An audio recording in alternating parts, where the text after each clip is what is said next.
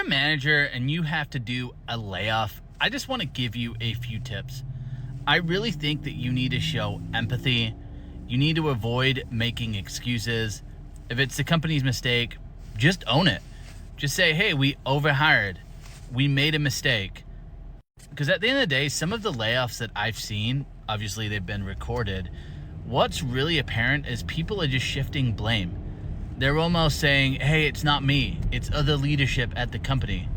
Well, if that's the case, get other leadership on the call.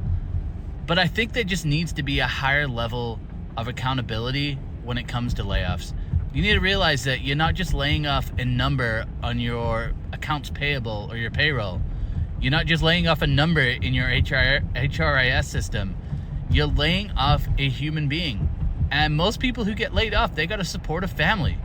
You know how hard it would be to come home and tell my 5-year-old daughter, hey, daddy's not going to work today. He doesn't have a job. Like, there's a whole bunch of pride that goes into that.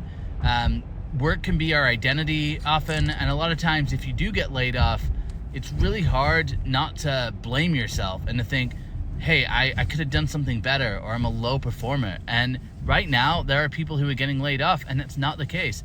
They're not a low performer. In fact, they probably performed and worked harder than other people, but maybe the company just ran out of funding or they wasted money in other areas. So I think if you're a manager responsible for laying somebody off, you need to lead with empathy, and you really need to put yourself in their shoes.